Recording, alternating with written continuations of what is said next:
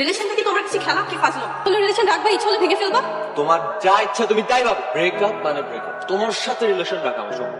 সম্ভব হবে কি করে? আমি তো অন্য মেয়েদের মতো 2 দিনের রিলেশনে তোমাকে আমার শরীর বিলিয়ে দিতে পারি না, তোমাকে পকেট খরচ দিতে পারি না। আমার বাবার কারি কারি টাকা নেই যে বিষয়টা তুমি সেই টাকাতে ফুর্তি করে বেড়াও। এই তো বুঝতে পারছো এতক্ষণে ফকির নিন, তার মধ্যে আবার থার্ড ক্লাস। তুমি এভাবে অনেক মেয়েকে ঠকাইছো, একদিন দেখবা তোমার খেলায় তুমি নিজেই ফেসে যাও। এই তুমি কেমন অভিশাপ দিচ্ছ? আমার মতো সরল নিষ্পাপ মেয়ে প্রতিটা চোখের পানির মূল্যে আমার জীবনে গজব মেরেছে, আর সেটা আমি আমার এই 2 চোখ দিয়ে দেবো। শকুনের দলটা গরু মরে না। যেখান থেকে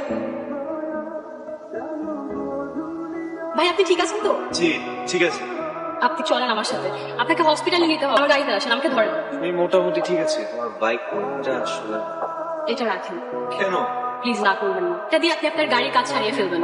আমি জানি আপনি টাকা নেওয়ার মতো মানুষ না, কিন্তু আপনি যদি এই টাকাটা না নেন তাহলে আমি অপরাধ বোধে ভুগবো, তাই ঘুমাতে পারবো না। তাই আমার জন্য হলেও আপনাকে এটা নিতে হবে। কিন্তু বাইক সারাতে তো এত টাকা লাগবে না আমার। আচ্ছা যদি না লাগে তাহলে আমি বাকিটা ফেরত নিয়ে নেবো। আবার দেখা হবে তো? মনের টান থাকলে নিশ্চয়ই হবে। এখন আসি। এক্সকিউজ মি, ভালো আছেন আপনি? ঠিক ভালো, কিন্তু আপনি আমাকে চিনতে পারছেন না? আরে সেদিন যে আপনার গাড়ির সাথে আমার বাইকের অ্যাক্সিডেন্ট হয়ে গেছে। ও আচ্ছা আচ্ছা, এদিনের ঘটনার জন্য আমি খুব সরি। না না, এতটা ভদ্রতা দেখাইতে হবে না। তাছাড়া আপনি এখানে দাঁড়িয়ে আছেন কেন? আপনার গাড়ি কোথায়? আর বললেন না, সেদিনের ঘটনার জন্য সেই ইডিয়ট ড্রাইভারটাকে বের করে দিয়েছে, এখন রিক্সার জন্য দাঁড়িয়ে আছে।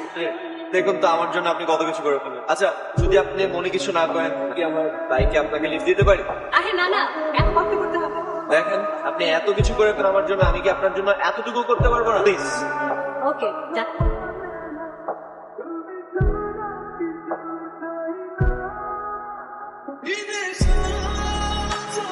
আমরা এখানে কেন আসি?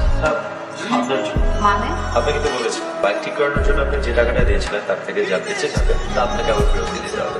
হ্যাঁ, আপনিও না, তো সামান্য কিছু টাকা। আমি জানতাম আপনি টাকাটা ফেরত দিলেন না, ইডি করে রাখবেন। দাঁড়িয়ে হয়তো একটা কফি শপে আপনাকে কফি ট্রিট দিয়ে সবে আসলে ঋণটা পরিশোধ করে দেবেন। আসল তো বুঝলাম, কিন্তু সুদ কিভাবে পাচ্ছেন? এই যে আপনার মতো একটা অপূর্ব সুন্দরী মায়াবিকার সাথে সময় কাটানোটা তো একটা স্বপ্নের। আপনি না খুব বাড়িয়ে বলছেন। তবে সেটা বাড়িয়ে দিয়ে কি দেখছেন?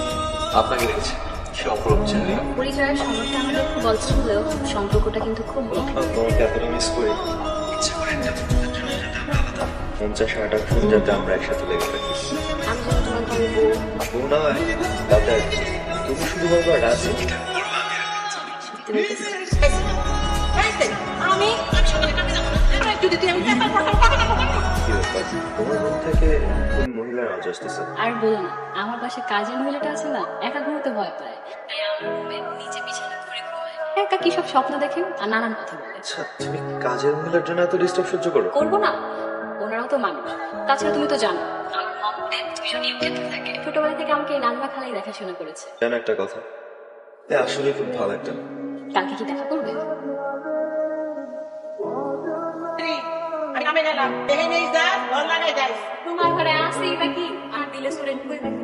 গরিবের ঘরের বালিশটাও 7,000 বুঝবি কি? হ্যাঁ সারা দিন তো আসল লাফাঙ্গাগিরি কইলাম। সকাল সকালে তো গালাগালি করে মতো খালা। আচ্ছা আমি নাস্তা কি খাবো?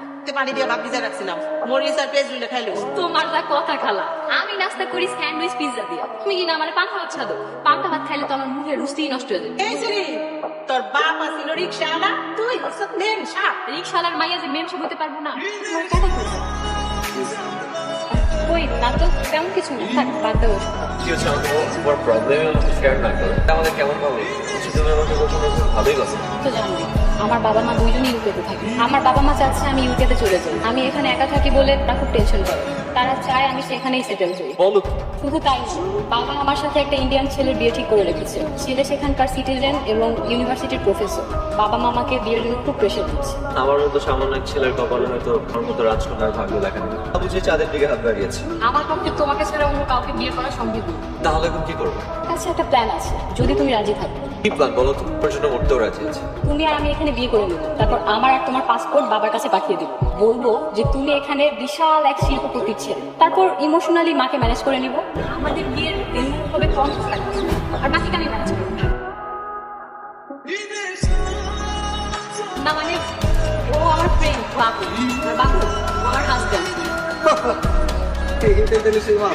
বস্তির মেয়ে বস্তিতে থাকো, তোমার এরকম স্মার্ট ফ্রেন্ড হয় কিভাবে? বুঝলেন নাই ভাইয়া কিভাবে আপনার জামাই আছে কোনো কথা বলবি না বলো, একদম খারাপ বলবো। মেয়ে তো মিথ্যাবাদী আর ধোকাবাজি না, ও তো চরিত্র খারাপ।